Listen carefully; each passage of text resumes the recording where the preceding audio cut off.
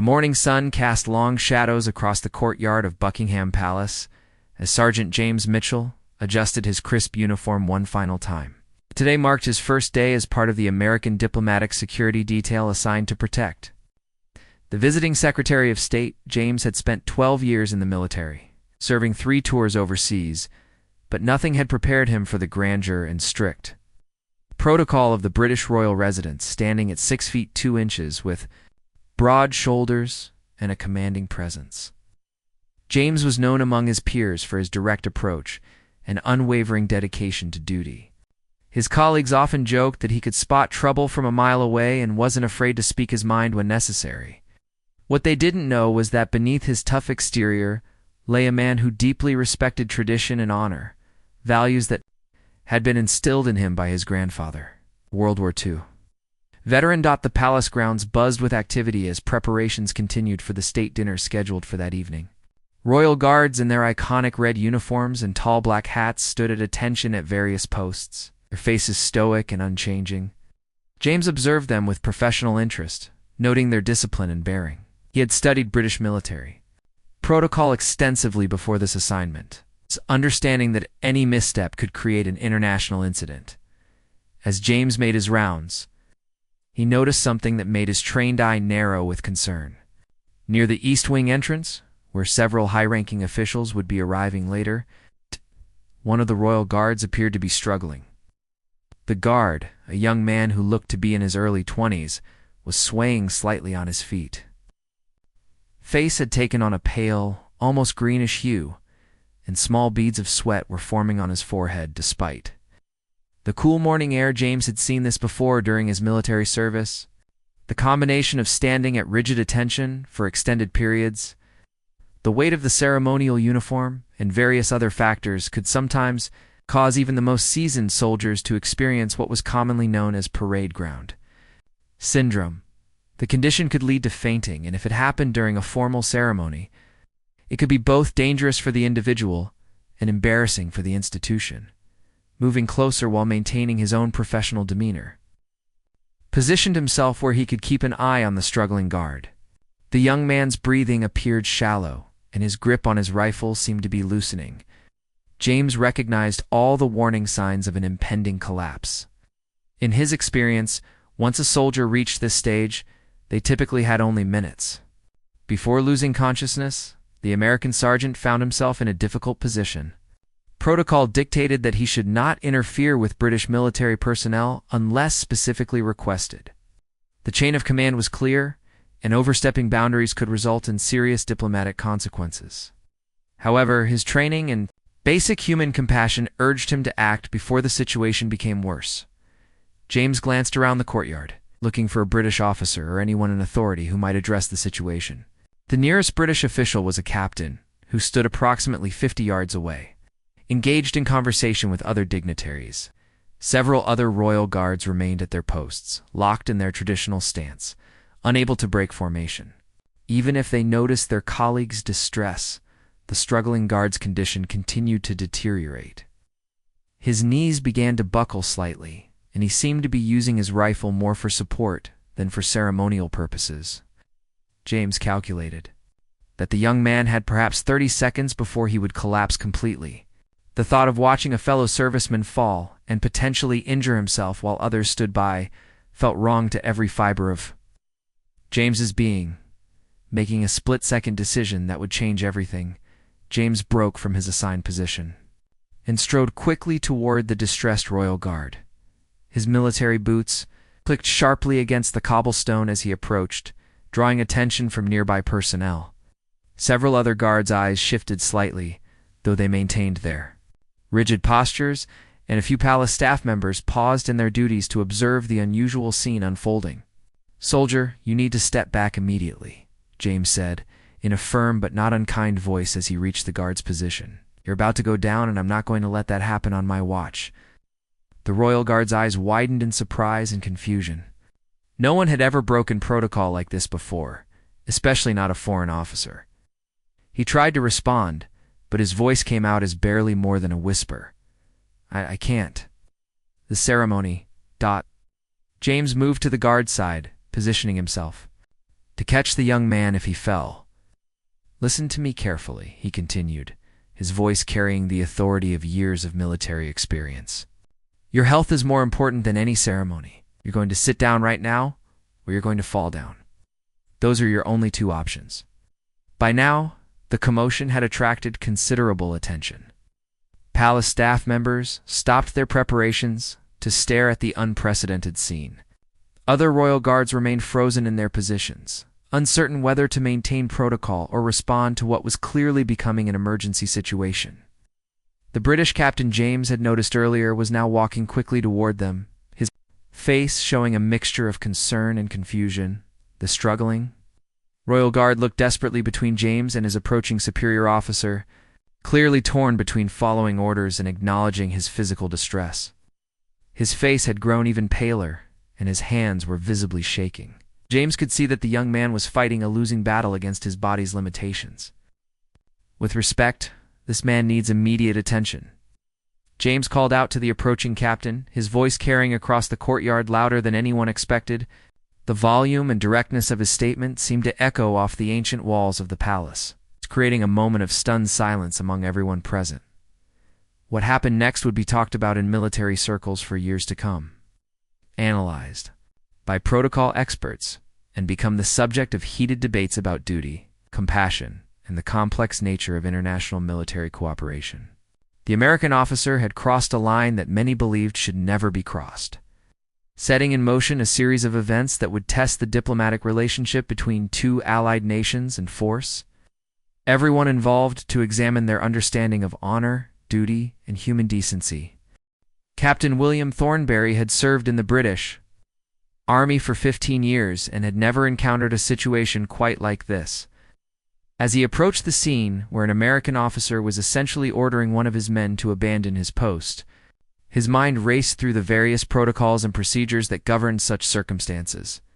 The Royal Guard Regiment operated under centuries of tradition, and disruptions to established procedures were simply not tolerated.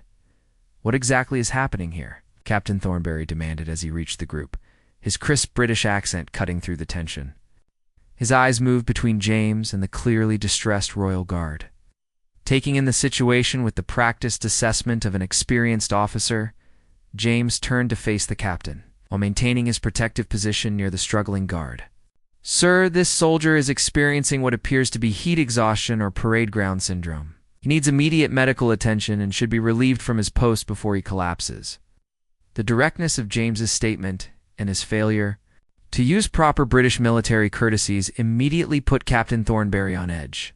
American military culture was notably more informal than British traditions, but this was Buckingham Palace, where protocol reigned supreme. "Sergeant, I appreciate your concern, but you are not in a position to make medical assessments of British personnel." At that moment, as if to prove James's point, the Royal Guard's knees buckled completely. James caught the young man's arm, preventing him from falling to the ground in front of dozens of onlookers. The guard's rifle clattered against the cobblestones as he struggled to maintain consciousness. I'm sorry, sir," the guard whispered to his captain, his face flushed with embarrassment as much as physical distress.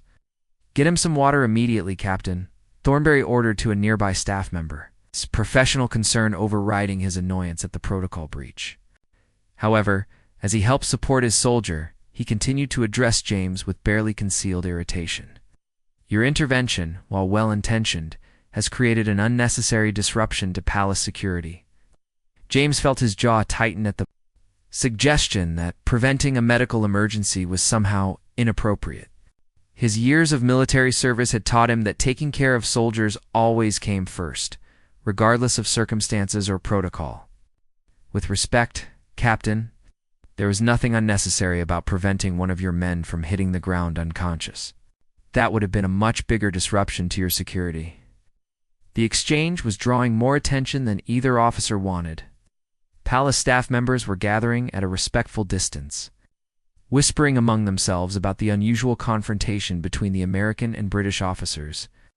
Several other royal guards were struggling to maintain their stoic expressions, while clearly wanting to look at their colleague who was now being helped to a nearby bench. Palace security Chief Inspector Margaret Davies had been monitoring the situation from her office through the extensive camera system and decided immediate intervention was necessary. A woman in her late 40s with graying hair pulled back in a tight bun. She had worked at the palace for over 20 years and had seen her share of diplomatic incidents. She approached the group with the measured steps of someone accustomed to handling delicate situations. "Gentlemen, perhaps we should continue this discussion away from the main courtyard," Inspector Davies suggested diplomatically. "The state dinner preparations must continue, and we have media arriving for photographs in 30 minutes. Captain Thornberry straightened his uniform and nodded curtly. "Of course, Inspector. However, I believe we need to address the matter of protocol violations and establish clear boundaries for our American colleagues." James felt his temper beginning to rise at the suggestion that he had somehow acted inappropriately by helping a fellow serviceman in distress.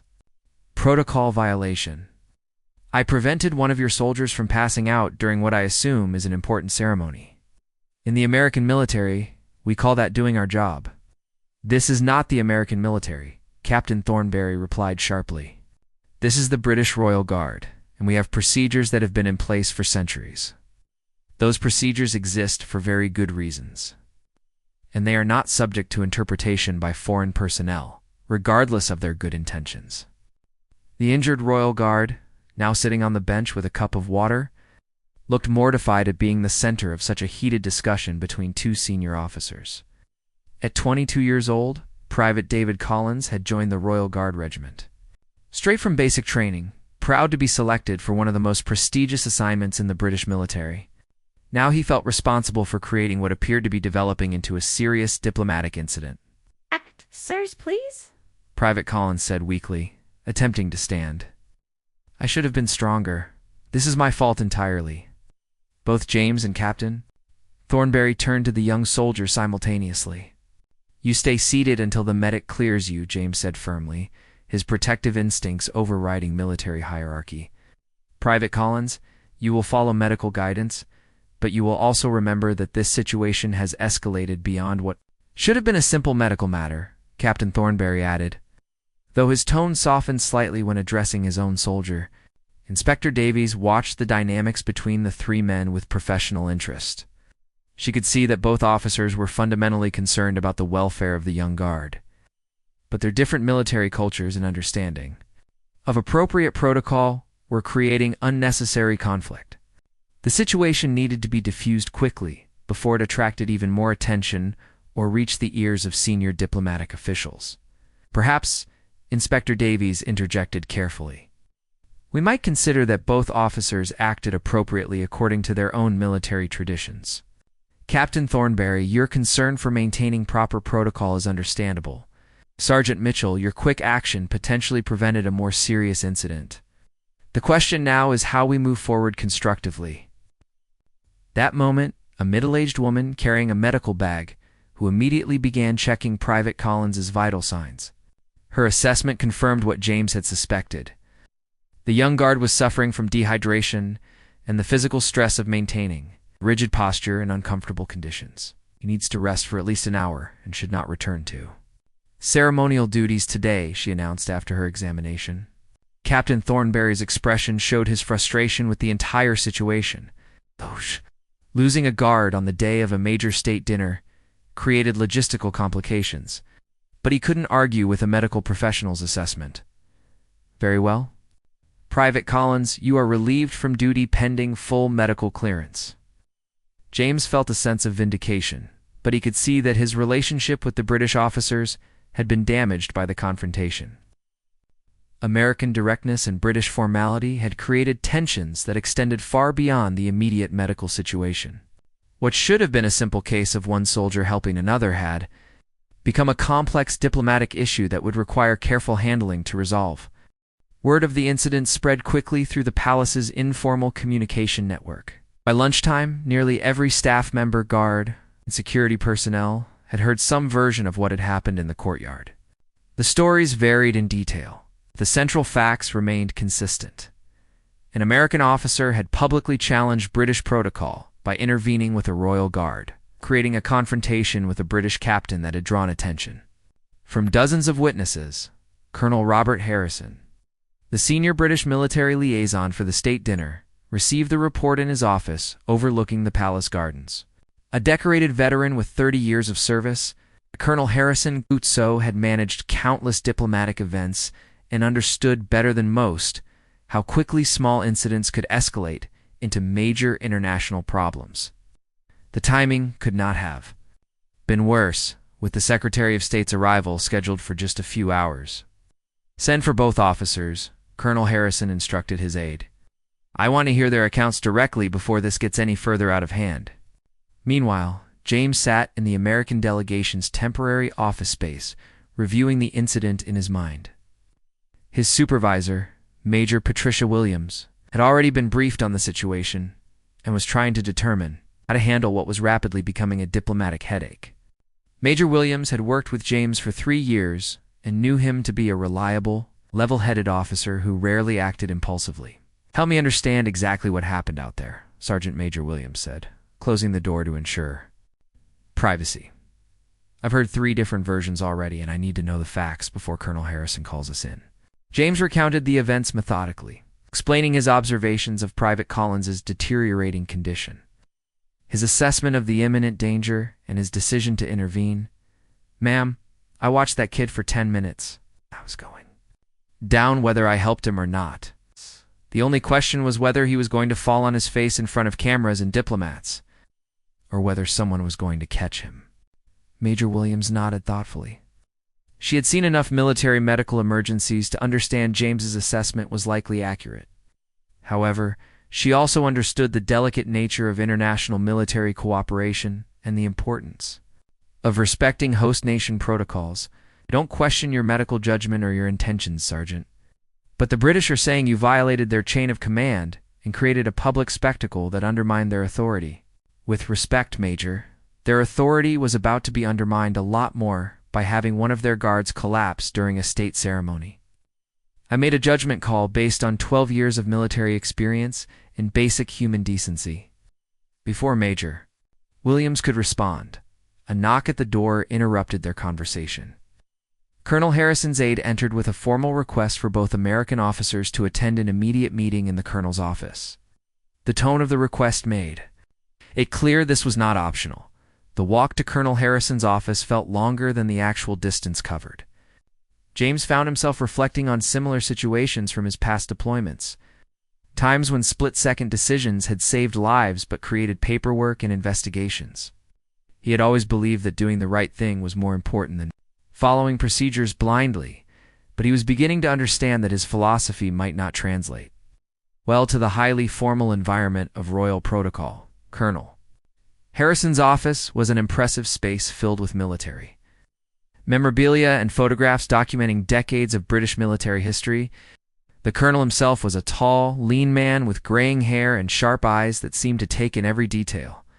Captain Thornberry was already present, standing at attention with the rigid posture that James was learning characterized British military bearing.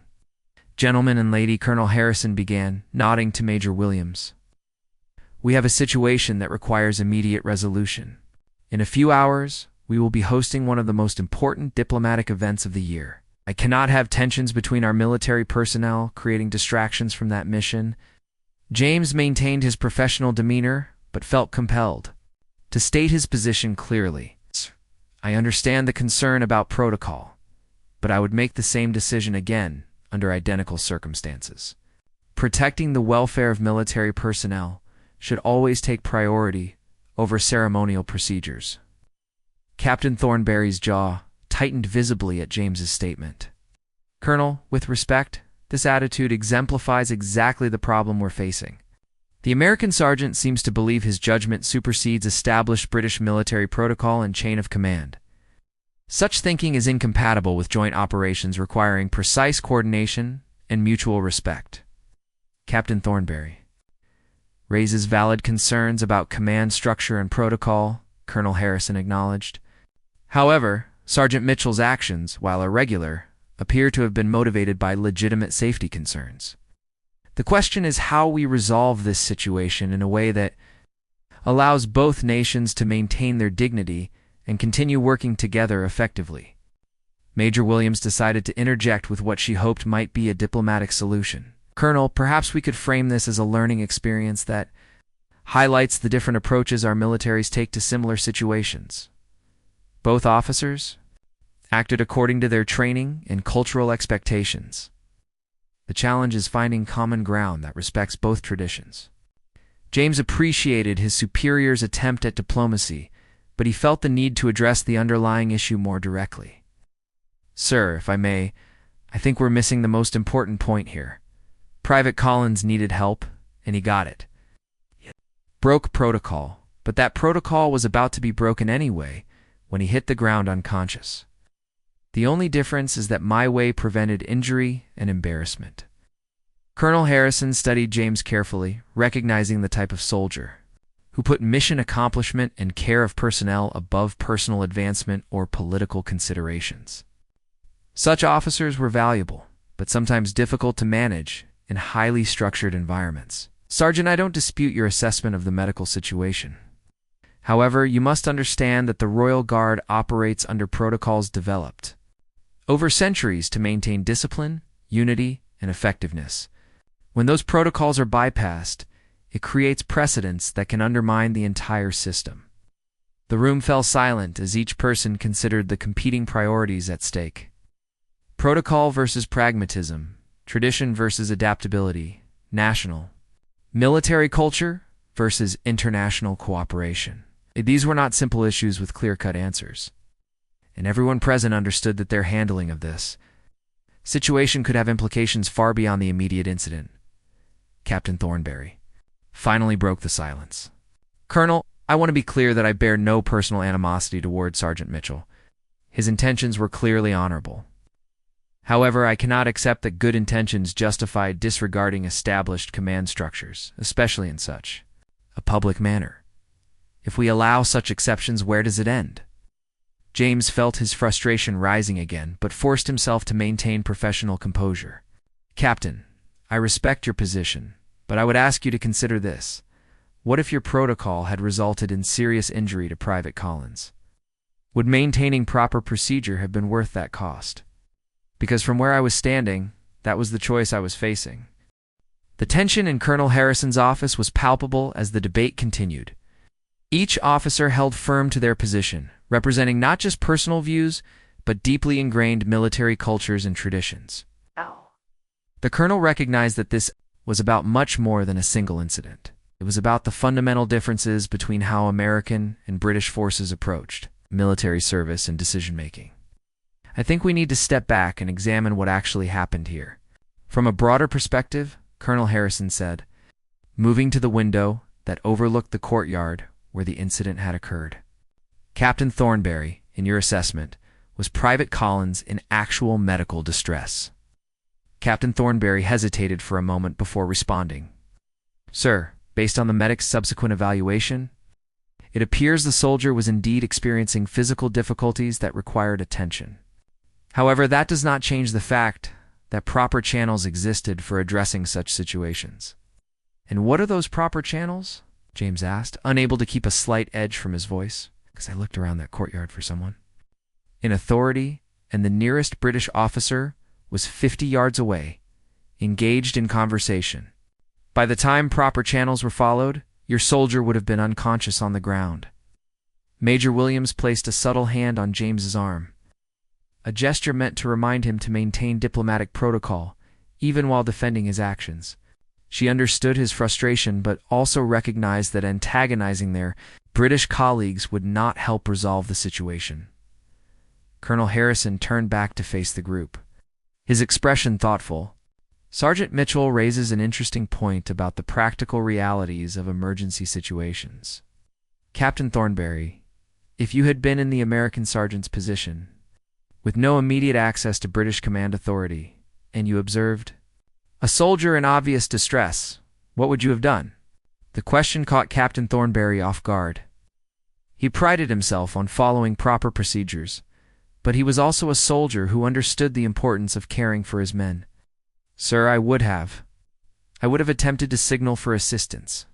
While monitoring the situation, if the soldier collapsed, I would have provided necessary aid while ensuring proper authorities were notified immediately. So you would have waited for the collapse before taking action. James asked, his tone more curious than confrontational. Even though prevention is almost always better than reaction, especially in medical emergencies, Captain Thornberry found himself in the uncomfortable position of defending a position that, when examined closely, seemed to prioritize procedure over welfare. The difference, Sergeant, is that I would have been operating within established command structures and protocols. You took unilateral action that bypassed British authority entirely. Colonel Harrison sensed an opportunity to bridge the gap between the two positions. Gentlemen, I believe we're dealing with a classic conflict between rigid adherence to protocol and adaptive response to changing circumstances. Both approaches have merit in different situations. The question is whether we can find a framework that accommodates both when our forces operate together. At that moment, there was a soft knock on the door. Colonel Harrison's aide entered with a message that would change the entire dynamic of the conversation. Sir, Private Collins has requested permission to speak with the officers involved in this morning's incident. He's waiting outside, if you're willing to see him. Request surprised everyone in the room. Military protocol typically did not provide for enlisted personnel to insert themselves into discussions between senior officers, especially regarding incidents in which they were the central figures. However, Colonel Harrison recognized that sometimes breaking with tradition could provide valuable insights. Send him in, the colonel decided. I think we could all benefit from hearing his perspective on what actually happened. Private Collins entered the office with obvious nervousness, his face still pale from the morning's medical episode. He stood at rigid attention, his eyes fixed straight ahead as he had been trained.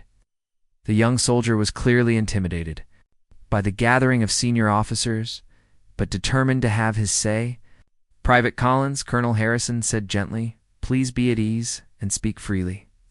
We're trying to understand this morning's events from all perspectives, and your input is valuable. Collins relaxed slightly but maintained his professional bearing. Sir, I wanted to thank Sergeant Mitchell for his assistance this morning. I was feeling very unwell. I believe his intervention prevented me from collapsing during what would have been a very embarrassing moment for the regiment. Captain Thornberry leaned forward slightly. Private, you understand that proper procedures exist for addressing medical issues during ceremonial duties? Yes, sir. I do understand that, Collins replied. However, sir, the reality is that I was trying to follow those procedures. I was attempting to maintain my post despite feeling increasingly ill because I didn't want to break formation or create a disturbance. By the time I realized I couldn't continue, I was no longer capable of properly signaling for assistance. This admission created an uncomfortable silence in the room. Collins was essentially confirming James's assessment while also revealing a flaw in the existing protocol system. Soldiers were trained to maintain their positions at all costs, sometimes to the detriment of their own health and safety. James spoke carefully, not wanting to further antagonize his British colleagues.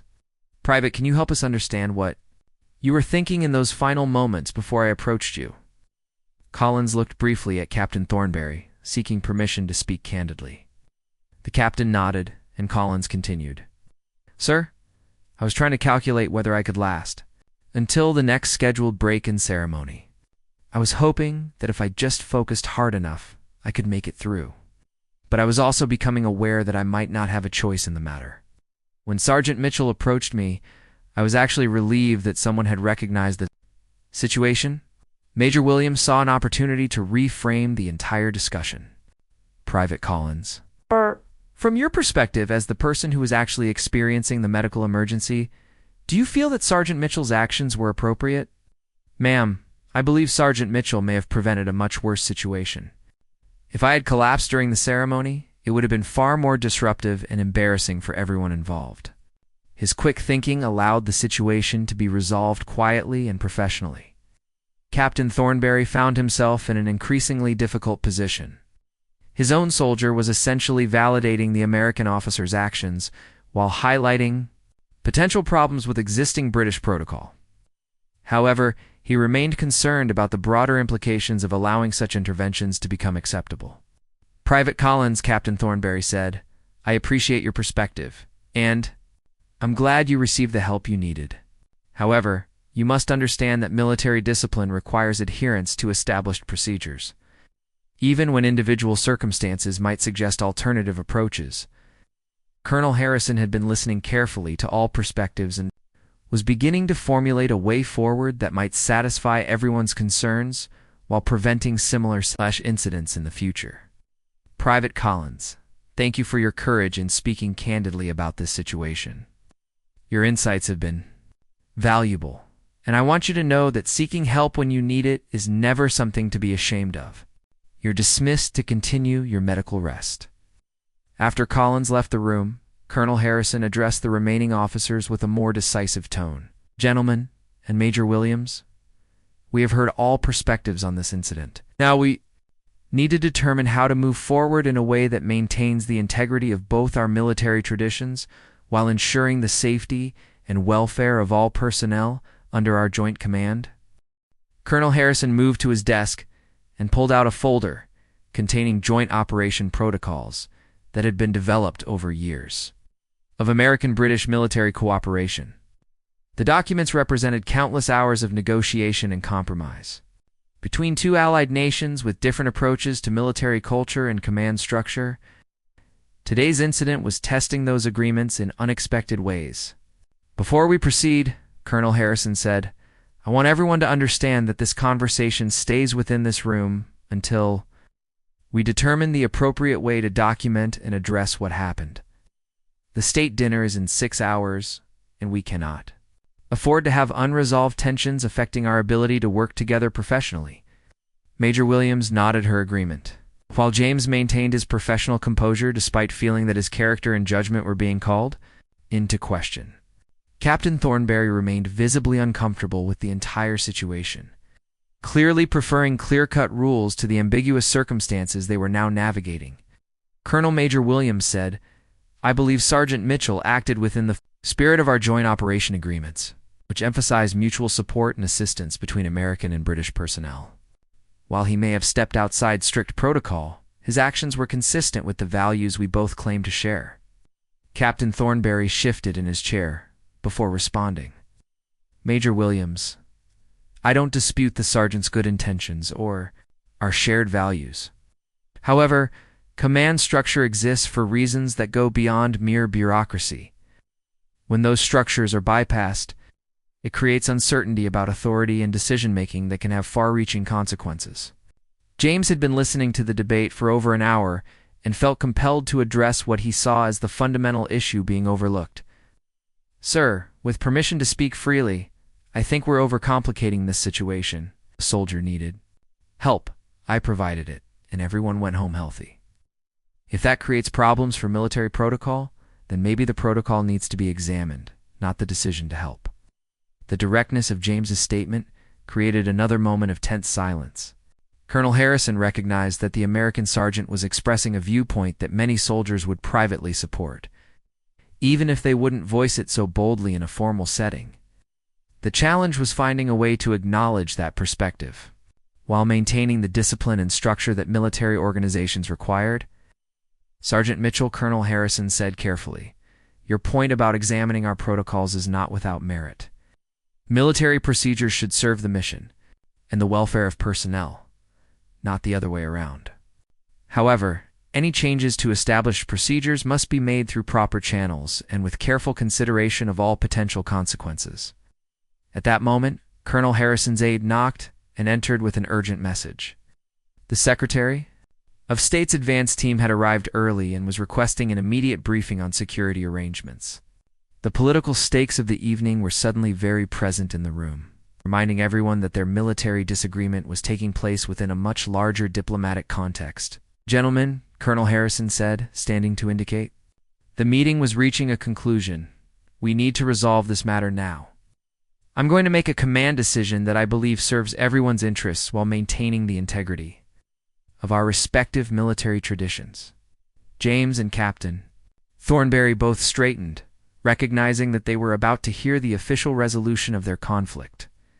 Major Williams prepared to support whatever decision was made, while hoping it would not damage her sergeant's career or the broader relationship between American and British forces. First, Colonel Harrison continued, I want to commend both officers for their dedication to military values.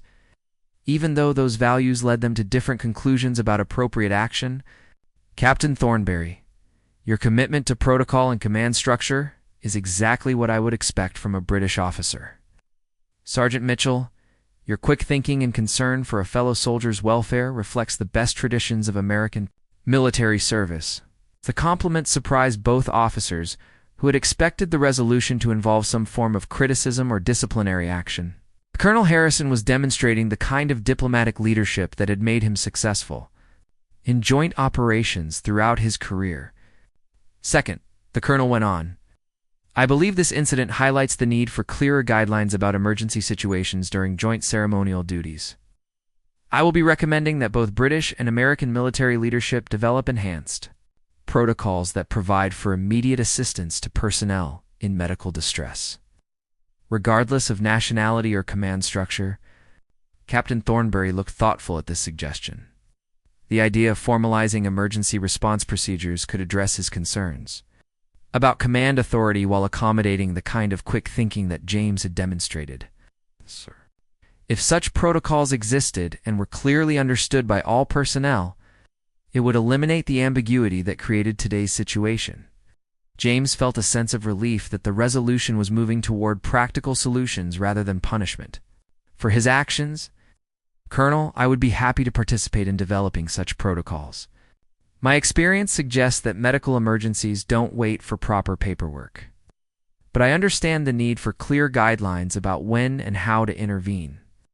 Third, Colonel Harrison said, for the remainder of this assignment, I want both officers to work together on reviewing our current emergency procedures and identifying areas for improvement. This will give you an opportunity to understand each other's perspectives while contributing to better preparation for future joint operations. The directive was clearly intended to turn their conflict into a constructive collaboration. Major Williams suppressed a slight smile, recognizing the wisdom of forcing the two officers to work together rather than allowing their disagreement to fester. Such approaches often led to stronger professional relationships and better operational outcomes. Captain Thornbury extended his hand to James, a gesture that surprised everyone in the room. Sergeant, I want you to know that I respect your quick thinking and your concern for Private Collins. We may disagree about methods. We clearly share the same commitment to taking care of our soldiers. James shook the captain's hand firmly, feeling genuine respect for an officer who is willing to acknowledge different perspectives, even while maintaining his own positions. Captain, I appreciate your dedication to proper procedure and military discipline. I think we can probably learn from each other while developing better ways to handle similar situations in the future. Colonel Harrison watched the exchange with satisfaction, recognizing that both officers had demonstrated the kind of professional maturity that made joint operations possible. The incident that had begun with conflict and misunderstanding was ending with mutual respect and a commitment to collaborative improvement. Gentlemen, I believe we have reached a resolution that serves everyone's interests. Major Williams, please ensure that Sergeant Mitchell understands his role in developing the new protocols. Captain Thornbury, I'll expect your input on how such procedures should integrate with existing British ceremonial requirements. Now, let's focus on ensuring that tonight's state dinner proceeds without any further complications. The state dinner that evening proceeded flawlessly. With both American and British security personnel working together seamlessly, James found himself stationed near the main entrance, watching as diplomats, dignitaries, and royal family members arrived in their formal attire. The grandeur of the occasion reminded him why protocol and ceremony were so important to institutions like the British monarchy. Even as he maintained his belief that human welfare should always come first, Captain Thornbury approached James's position during a quiet moment between arrivals. The British officer had clearly been thinking about their earlier conversation and the implications of the new protocols they would be developing together. Sergeant, I wanted to speak with you privately about something Private Collins said earlier. James turned his attention to the captain, curious about what aspect of the young soldier's testimony had prompted this follow-up conversation. The tension between them had largely dissipated following Colonel Harrison's diplomatic resolution. But James sensed that Thornbury still had concerns he wanted to address. What's on your mind, Captain? James asked, maintaining his professional watch while engaging in the conversation. Captain Thornbury paused, choosing his words carefully. Collins mentioned that he was trying to calculate whether he could make it to the next break-in ceremony. That suggests our soldiers are putting themselves at risk rather than seeking help when they need it. I've been thinking about that all afternoon. The admission surprised James, who had expected the conversation to focus on procedural matters rather than the underlying welfare issues that had motivated his intervention. In my experience, soldiers will often push themselves beyond safe limits because they don't want to let their unit down or appear weak. It's both admirable and dangerous. Exactly, Thornberry agreed. And if our protocols are inadvertently encouraging that kind of thinking, then we have a responsibility to address it. I've been reviewing our ceremonial duty guidelines, and I realize they emphasize maintaining position at all costs, with very little guidance about when it's appropriate to seek assistance. James felt a growing respect for the British officer's willingness to examine his own procedures critically. Captain, I have to say, that kind of self-reflection takes real leadership. It would have been easier to just blame me for breaking protocol and leave it at that. As they spoke, Private Collins approached their position. Having been cleared by medical personnel to resume light duties for the evening's event, he looked considerably better than he had that morning, though still somewhat embarrassed by the attention his medical episode had generated. Sirs, I wanted to thank you both for how you handled the situation today. Both officers turned to acknowledge the young soldier. James was struck by how different Collins appeared when he wasn't struggling with physical distress. Alert, professional, and clearly dedicated to his duties. Captain Thornberry's expression showed the kind of paternal concern that experienced. Officers often developed for their younger soldiers. Private, how are you feeling? Captain Thornberry asked. I want to make sure you're completely ready for duty before putting you back on the roster. Much better, sir. The medic said I was primarily dehydrated and that my blood sugar had dropped too low. She's given me specific guidelines for maintaining better physical condition during long ceremonial duties. Collins paused before continuing. Sir, I also wanted to say that I've learned something important from today's events. James and Captain Thornberry exchanged glances, both curious about what lessons the young soldier had drawn from his experience. Collins represented the next generation of military personnel who would be implementing whatever protocols and procedures they developed together. What's that, Private? James asked encouragingly. I learned that asking for help when you need. It isn't a sign of weakness. It's a sign of professionalism. If I had collapsed during the ceremony, it would have been much more disruptive than simply signaling that I needed assistance. I was so focused on not appearing weak that I almost created a much bigger problem. The insight impressed both senior officers who recognized the maturity required for a young soldier to acknowledge such vulnerabilities openly. Captain Thornberry nodded approvingly. Ow. That's exactly the kind of thinking that makes for effective military service, Private. Ow.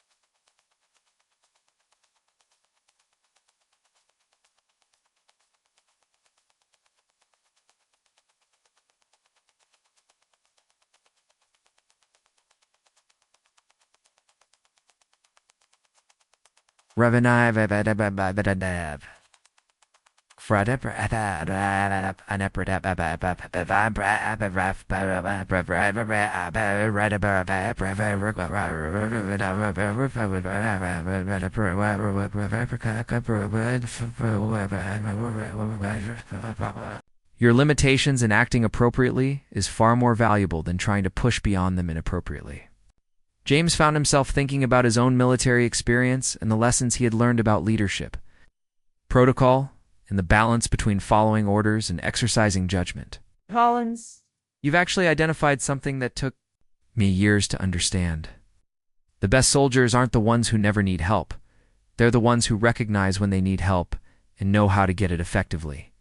As the evening progressed, James observed the seamless coordination between American and British security personnel. Despite the morning's tensions, Both groups were working together with the kind of professional cooperation that made joint operations successful. He realized that their conflict, while uncomfortable at the time, had actually strengthened the overall security operation by forcing everyone to communicate more clearly about procedures and expectations.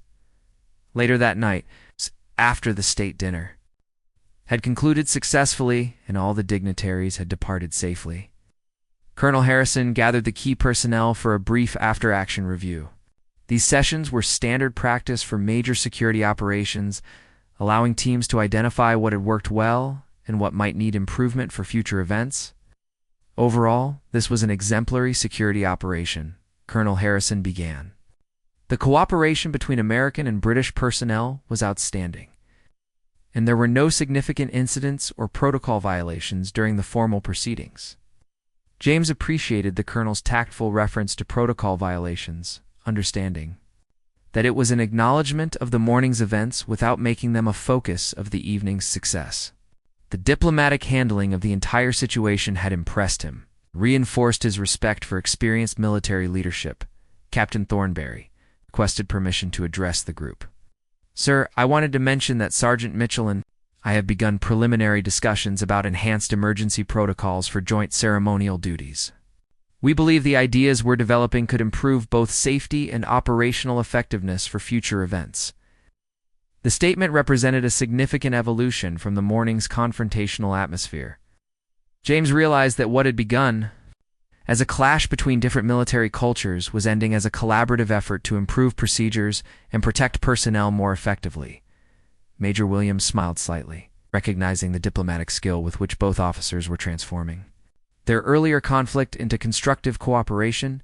"Colonel, I believe this assignment has provided valuable learning opportunities for all of us about the benefits of combining different military perspectives and approaches." As the group dispersed to their respective quarters, James reflected on the unexpected turns the day had taken. He had begun the morning focused on protecting one soldier from immediate medical danger and had ended it engaged in developing new protocols that could protect many soldiers in future situations. The confrontation with Captain Thornberry, while uncomfortable, had ultimately led to better understanding and improved procedures. 3 months later, the joint protocol they developed was implemented across all American-British ceremonial operations. Private Collins, fully recovered and with enhanced training in recognizing his physical limitations, became one of the most reliable guards in his unit. Captain Thornberry and James maintained a professional correspondence, sharing insights about military leadership and the challenge of balancing tradition with adaptability. The incident that had begun as a loud confrontation between officers from different military cultures had evolved into a quiet success. Story about the power of mutual respect, open communication, and shared commitment to military values. Sometimes the most important victories were the ones that prevented problems rather than solving them.